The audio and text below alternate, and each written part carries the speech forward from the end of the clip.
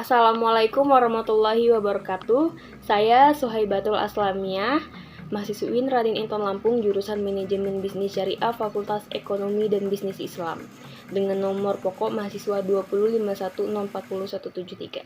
Adapun tujuan saya membuat video ini untuk memenuhi tugas fikih muamalah dari Ibu Gina Ulfa Saifur Rahman LCMESY, yaitu tugasnya mempresentasikan materi yang sudah ia bagikan. Di sini saya memilih materi khiyar dan langsung saja akan saya presentasikan. Berikut menampilkan PPT yang telah saya buat. Oke, yang pertama ada definisi khiyar. Khiyar dalam arti bahasa berasal dari akar kata khara ya khairu khairan wa khiyaratan, yang artinya memberikan kepadanya sesuatu yang lebih baik baginya. Menurut istilah kalangan ulama fikih, yaitu mencari yang baik dari dua urusan berupa meneruskan akad atau membatalkannya. Kemudian Sayyid Sabiq memberikan definisi khiyar sebagai khiyar adalah menuntut yang terbaik dari dua perkara, berupa meneruskan akad jual beli atau membatalkannya. Khiyar itu dimaksudkan untuk menjamin adanya kebebasan berpikir antara pembeli dan penjual, atau salah seorang yang membutuhkan khiyar. Dari definisi yang telah dikemukakan barusan, dapat diambil intisari bahwa khiyar adalah pilihan untuk melanjutkan jual beli atau membatalkannya, karena terdapat cacat terhadap barang yang dijual atau ada perjanjian pada waktu akad atau karena sebab yang lain. Tujuannya diadakan khiyar ini untuk mewujudkan kemaslahatan bagi kedua belah pihak, sehingga tidak ada rasa menyesal setelah akad selesai, karena mereka sama-sama rela atau setuju. Kemudian ada dasar-dasar hukum khiyar. Khiyar hukumnya boleh berdasarkan sunnah Rasulullah SAW. Di antara sunnah tersebut adalah hadis yang diriwayatkan oleh Al-Bukhari dari Abdullah bin Al-Harits, yang artinya, dari Abdullah bin Al-Harits, ia berkata, saya mendengar Hakim bin Hizam radhiyallahu anha dari Nabi SAW. Beliau bersabda, penjual dan pembeli boleh melakukan khiyar selama mereka berdua belum berpisah. Apabila mereka berdua benar dan jelas, maka mereka berdua diberi keberkahan di dalam jual beli mereka. Dan apabila mereka berdua berbohong dan merahasiakan, maka dihapuslah keberkahan jual beli mereka berdua. Intinya jangan berbohong ya teman-teman, karena keberkahan jual belinya akan hilang. Kemudian di samping itu ada hadis lain yang diriwayatkan oleh Al-Bukhari dari Ibnu Umar, yang artinya, dari Ibnu Umar radhiyallahu anha ia berkata, telah bersabda Nabi SAW, penjual dan pembeli boleh melakukan khiyar selagi keduanya belum berpisah, atau salah seorang mengatakan kepada temannya, pilihlah. Dan kadang-kadang beliau bersabda, atau terjadi jual beli khiyar. Hadis riwayat Al-Bukhari. Dari hadis tersebut, jelaslah bahwa khiyar dalam akad jual beli hukumnya dibolehkan. Apalagi apabila ada barang yang dibeli itu cacat atau aib ya, yang bisa merugikan pihak pembeli. Hak khiyar ditetapkan oleh syariat Islam bagi orang-orang yang melakukan transaksi perdata agar tidak dirugikan dalam transaksi yang mereka lakukan. Nah, sehingga kemaslahatan yang dituju dalam suatu transaksi tercapai dengan sebaik-baiknya. Status khiyar menurut ulama fikih adalah disyariatkan atau dibolehkan, karena masing-masing pihak yang melakukan transaksi supaya tidak ada pihak yang merasa tertipu, begitu. Selanjutnya ada macam-macam khiyar. Adapun macam khiyar tersebut antara lain, 1. Khiyar majelis. Khiyar majelis adalah khiyar yang ditetapkan oleh syara bagi setiap pihak yang melakukan transaksi, selama para pihak masih berada di tempat transaksi.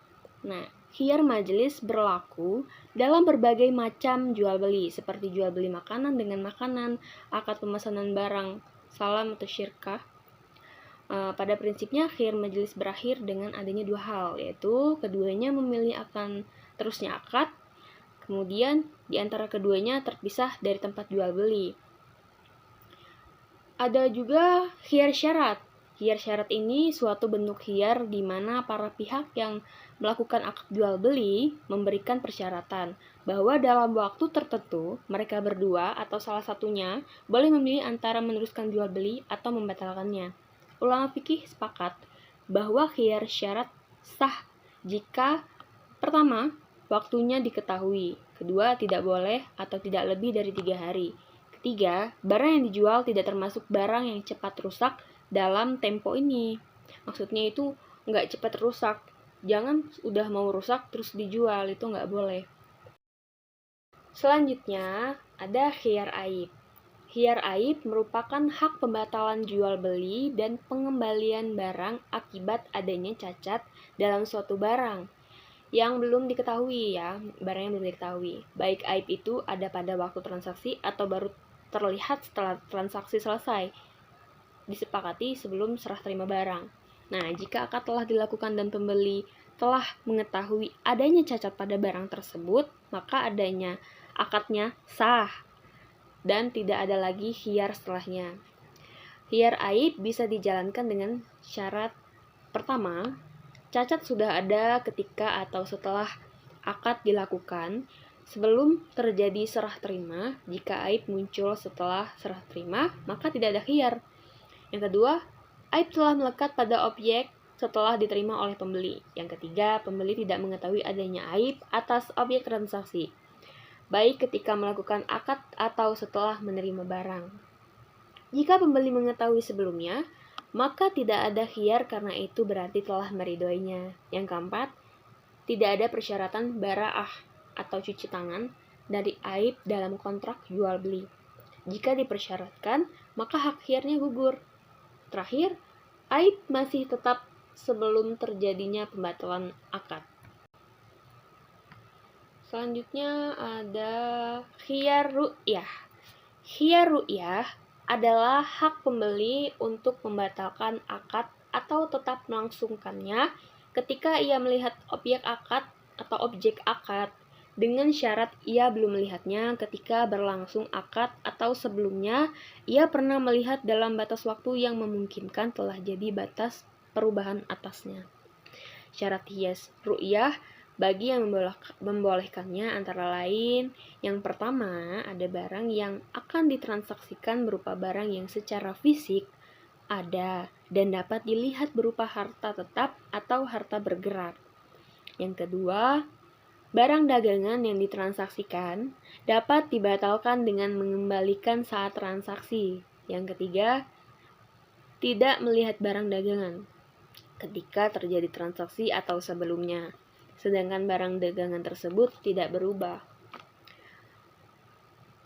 Dari semua khiyar, penjelasan khiyar, tentunya ada hikmah khiyar.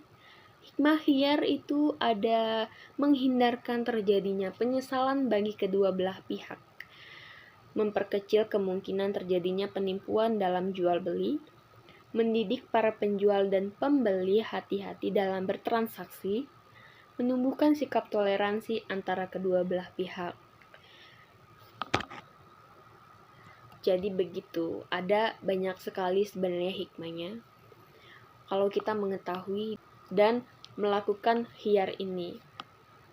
Seperti yang sudah saya paparkan atau saya bacakan tadi, masalah hikmah khiyar. Dan itu saja, terima kasih. Itu saja yang dapat saya sampaikan. Kurang lebihnya mohon maaf. Mohon maaf sekali jika ada kesalahan kata atau kurang memuaskan atau semacamnya. Kepada Allah saya mohon ampun. Sekali lagi terima kasih kepada Bu Gina telah memberikan tugas mata kuliah fikih muamalah. Mohon maaf sebesar-besarnya. Sekian.